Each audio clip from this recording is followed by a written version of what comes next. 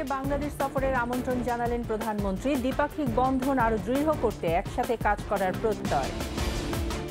আওয়ামী লীগের হীরক জয়ন্তীর আয়োজনে নিবন্ধিত সব দলকে আমন্ত্রণ। 23শে জুন ঢাকা হবে উৎসবের নগরী, জানালেন ওবায়দুল কাদের।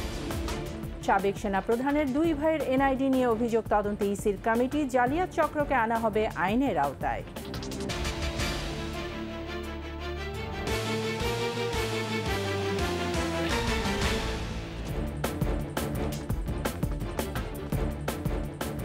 শুনছিলেন ফার্স্ট সিকিউরিটি ইসলামী ব্যাংক পিএলসি সংবাদ শিরোনাম। আমন্ত্রণ রাত 9টার 21 সংবাদে, সাথে আছি আমি তাইজিন রহমান।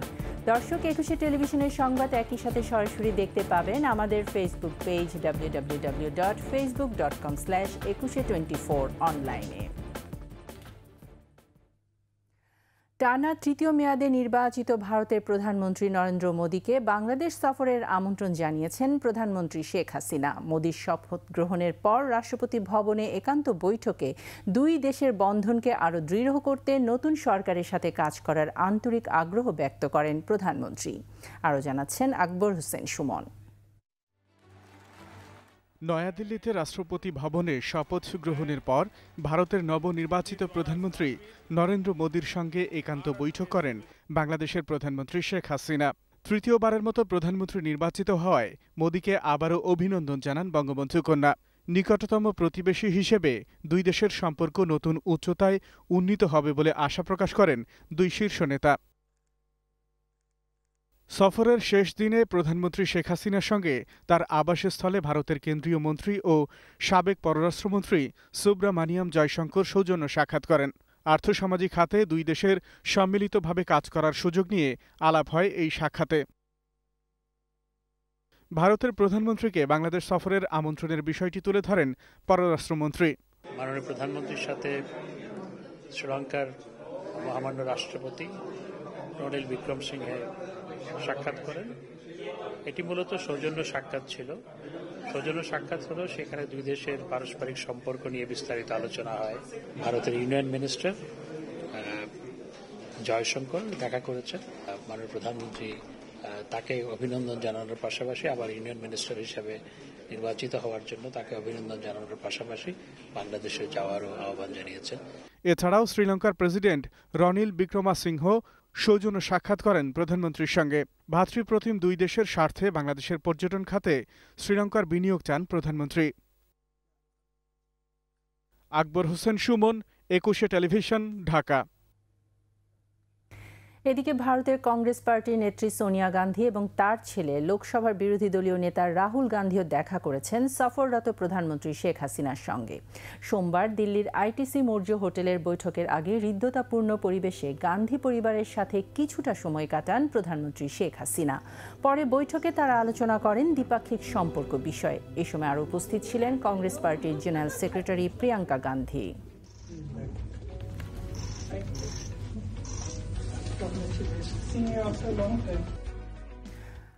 আওয়ামী লীগের ৭৫তম প্রতিষ্ঠা বার্ষিকী উপলক্ষে ২৩শে জুন ঢাকা উৎসবের নগরীতে পরিণত হবে বলে জানিয়েছেন দলটির সাধারণ সম্পাদক ওবায়দুল কাদের। বলেন, প্রতিপক্ষ বিবেচনায় না নিয়ে হীরক জয়ন্তীর অনুষ্ঠানে নিবন্ধিত সব রাজনৈতিক দলকে আমন্ত্রণ জানানো হবে।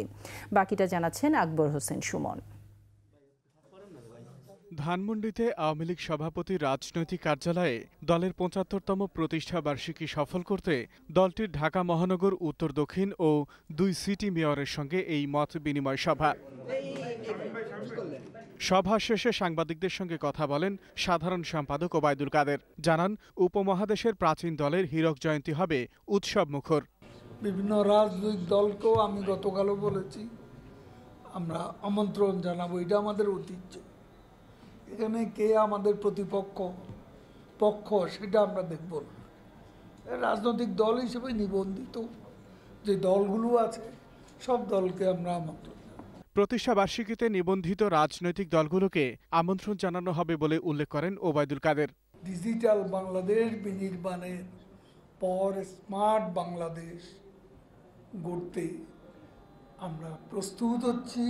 ঠিক এ সময় আমাদের ৭৫ বছর পার্টির প্রতিষ্ঠা বার্ষিকী হচ্ছে।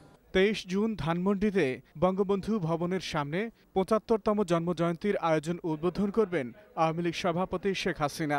জন্মজয়ন্তীর শুভ উদ্বোধন করবেন প্রধানমন্ত্রী দেশরত্ন আমাদের সভাপতি। আকবর হোসেন সুমন, ২১শে টেলিভিশন, ঢাকা। এনআইডি নিয়ে যারা জালিয়াতি করছে তাদের আইনের আওতায় আনা হবে বলে জানিয়েছেন প্রধান নির্বাচন কমিশনার কাজী হাবিবুল আওয়াল। আরও জানান, সাবেক সেনাপ্রধান আজিজ আহমেদের 2 ভাইয়ের জাতীয় পরিচয়পত্র জালিয়াতির অভিযোগ তদন্তে এরই মধ্যে কমিটি গঠন করেছে নির্বাচন কমিশন। এদিকে রাজনৈতিক সংকটের কারণে দেশে এখনও অংশগ্রহণমূলক নির্বাচন হচ্ছে না বলেও মন্তব্য করেন সিএসি। শিউলি শবনমের প্রতিবেদন। নির্বাচন ভবনে কমিশন বিটের সংগঠন reporters forum for election and ডেমোক্রেসির উদ্যোগে RFED টকে কথা বলেন প্রধান নির্বাচন কমিশনার কাজী হাবিবুল আওয়াল। বিভিন্ন আইন ও বিধিবিধান রয়েছে। মাঠ প্রশাসনের সাথে নির্বাচন কমিশনের সুসম্পর্ক ও সরকারের সদিচ্ছার কারণে অতীতের তুলনায় এবার নিরপেক্ষ ও সহিংসতামুক্ত নির্বাচন হয়েছে এবং এটা বড় ধরনের একটি অর্জন বলে মনে করেন সিএসি। সহিংসতার মাত্রা অনেকটা নেমে এসেছে বা কম হয়েছে। তবে বাংলাদেশের গণতন্ত্র এখনও পরিপক্ব সুসংহত হয়নি উল্লেখ করে সিসি বলেন, যে কোনো মূল্যে জিততে হবে, প্রার্থীদের এই সংস্কৃতি থেকে বের হতে হবে, পরাজয় মেনে নেওয়ার শিক্ষা গ্রহণ করে সেবার মনোভাব নিয়ে জনগণের কাছে যেতে হবে। ভারতকে আমি বলছি ম্যাচিওর ডেমোক্রেসি, প্রায় 80 বছর ধরে সাস্টেইন ডেমোক্রেসি, সেখানে গণতন্ত্র কাজ করেছে, কোনো রকম সামরিক শাসন এমন কোনো কিছু হয়নি। সিসি বলেন, রাজনৈতিক অচল অবস্থা নিরসন না হওয়ায় সব দলের অংশগ্রহণে অন্তর্ভুক্তিমূলক ভোট হচ্ছে না। দলগুলোর মধ্যে সংলাপ সৌহার্দ্যের অভাব এখনও বিদ্যমান। তবে এইসব বিরোধের সুরাহা করা কমিশনের কাজ নয়। যদি দেশের একটা অন্যতম প্রধান দল বলে আমরা নির্বাচনে অংশগ্রহণ করব না, এবং যদি করে না থাকে, তাহলে যে প্রত্যাশিত যে ইনক্লুসিভনেস, সেটা অন্তর্ভুক্তিমূলক, আমি অংশগ্রহণ বলবো না, অংশগ্রহণ, জনগণের অংশগ্রহণ আছে, ভোটারদের অংশগ্রহণ আছে, অনেকের অংশগ্রহণ থাকে বিভিন্নভাবে, কিন্তু প্রতিদ্বন্দ্বিতায় যে অংশগ্রহণ সেটাকে আমরা পলিটিক্যাল বলি, পলিটিক্যাল অংশগ্রহণটা সেদিক থেকে নিঃসন্দেহে ঘাটতি ছিল। প্রযুক্তির ফাঁক ফোকরে যারা এনআইডি নিয়ে জালিয়াতি করছে তাদের আইনের আওতায় আনা হবে বলে জানান তিনি। নির্বাচন গণতন্ত্রকে কতটা সংহত করবে সেটা ভালো বুঝবেন আমাদের জাতীয় সংসদ, তারাই ভালো বুঝবেন। এছাড়া গণতন্ত্রকে এগিয়ে নিতে ইভিএম গুরুত্বপূর্ণ ভূমিকা পালন করবে মন্তব্য করে সিসি বলেন, কমিশনের সুপারিশ থাকবে ইভিএমকে যাতে আরও আধুনিক ও সহজ উপায়ে ব্যবহার করা যায়।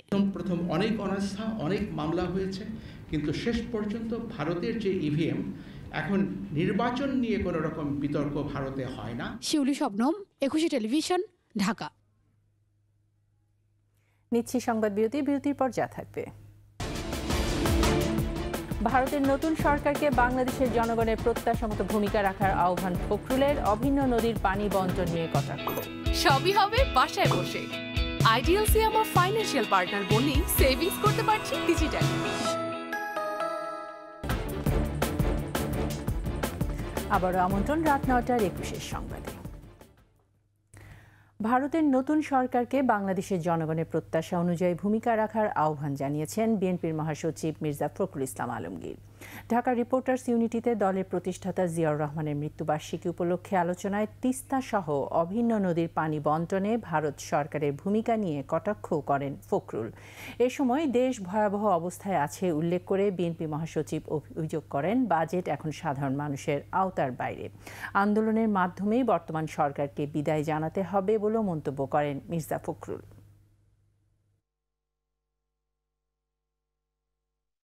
ভারত আমাদের প্রতিবেশী দেশ, নিঃসন্দেহে আমাদের অত্যন্ত প্রভাবশালী প্রতিবেশী দেশ।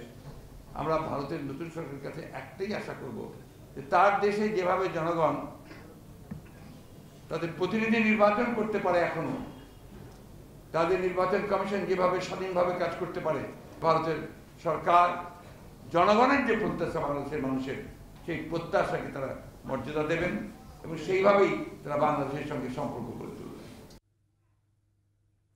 এবার বিকাশ ঈদ কেনাকাটা।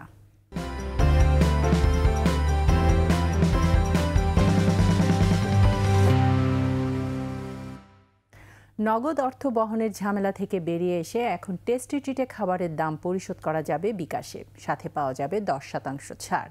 মিনালা দিবার রিপোর্ট। নানা ধরনের স্ন্যাক্স আর বাহারি খাবারের সমারোহ নিয়ে এসেছে জনপ্রিয় ব্র্যান্ড টেস্টি ট্রিট। প্রতিষ্ঠানটির কারওয়ান বাজার আউটলেটে উৎসব ও জন্মদিনের কেক সহ মিলছে কুকিজ, বিস্কুট, ডেজার্ট সহ ঝাল ও মিষ্টি জাতীয় নানা খাবার। আরও আছে ক্যাপাচিনো, লাতে, আমেরিকানো সহ নানা ধরনের কফি। আছে কালোজাম, ক্রিম জাম, পাতা চমচম, পোড়াবাড়ি চমচম, ব্ল্যাক টোস্ট। মুখরোচক খাবারে আছে বার্গার, পিৎজা, বিভিন্ন রকম রোল, ডোনাটস সহ বিভিন্ন ক্রোকারিজ আইটেম। ডেজার্টের মধ্যে সুইট, বিভিন্ন ধরনের সুইট আছে। ইয়োগার্ট, আমাদের ব্লুবেরি ইয়োগার্টটা অনেক পপুলার। দেন আমরা নতুন ইন্ট্রোডিউস করেছি বেভারেজের একটা কিছু অংশ, যেখানে আপনি রিফ্রেশিং বলেন, নারিশিং বলেন, এবং আর কি মকটেল জাতীয় ড্রিঙ্কস। সে সঙ্গে আমরা কফি বিন সাপ্লাই করছি এবং কফি সেন্ড করে থাকছি। শুধু আউটলেটই নয়, অনলাইনেও আছে খাবার অর্ডারের ব্যবস্থা। টেস্টি ট্রিটে খাবারের দাম বিকাশে পরিশোধ করলেই ক্রেতারা পাচ্ছেন সর্বনিম্ন 500 টাকা পেমেন্টে 10% ছাড়। টেস্টিতে খাচ্ছি, খাই আমি টাকা দেওয়া লাগছে না, বিকাশে পেমেন্ট করে দিচ্ছি। ক্যাশব্যাক পেলে ভালো লাগে, খরচটা বাঁচে, সাশ্রয় হয়। বিকাশের এমন উপহারে ক্রেতাদের পাশাপাশি খুশি বিক্রেতারাও। বিকাশে ক্যাম্পেইনটা হচ্ছে সর্বনিম্ন 500 টাকা পেমেন্টে 10% ডিসকাউন্ট পাচ্ছেন। কুপন অ্যাড করতে হবে D5, সর্বোচ্চ 200 টাকা পাবেন, একদিনে 100 টাকা পাবেন। মানুষ পেমেন্ট করছে বিকাশে, সারা ভালোই পাচ্ছে। অফারটি চলবে ঈদ পর্যন্ত। মিনালা দিবা, একুশে টেলিভিশন, ঢাকা। এই ঈদে দেশ জুড়ে কেনাকাটার ফুর্তি হবে শুধু বিকাশে, সাথে ডিসকাউন্ট কুপন, ইনস্ট্যান্ট ক্যাশব্যাক। শেষ করছি রাত 9টার 21 সংবাদ। যাবার আগে ফার্স্ট সিকিউরিটি ইসলামী ব্যাংক PLC সংবাদ শিরোনামগুলো জানিয়ে দিচ্ছি আরও একবার। নরেন্দ্র মোদীকে বাংলাদেশ সফরের আমন্ত্রণ জানালেন প্রধানমন্ত্রী। দ্বিপাক্ষিক বন্ধন আরও দৃঢ় করতে একসাথে কাজ করার প্রত্যয়।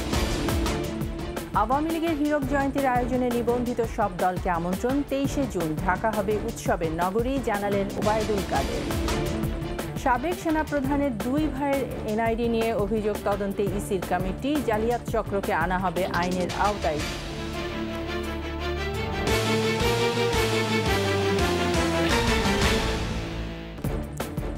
সবশেষ সংবাদ জানতে ডায়াল করুন 2021 নম্বরে আর ভিজিট করুন ekushe-tv.com এই ওয়েবসাইটে। এছাড়া ফেসবুকে ভিজিট করতে পারেন www.facebook.com/ekushe24 অনলাইনে। এতক্ষণ সঙ্গে থাকার জন্য ধন্যবাদ। পরবর্তী সংবাদ রাত 11টায় দেখার আমন্ত্রণ রইল। একুশের সাথেই থাকুন।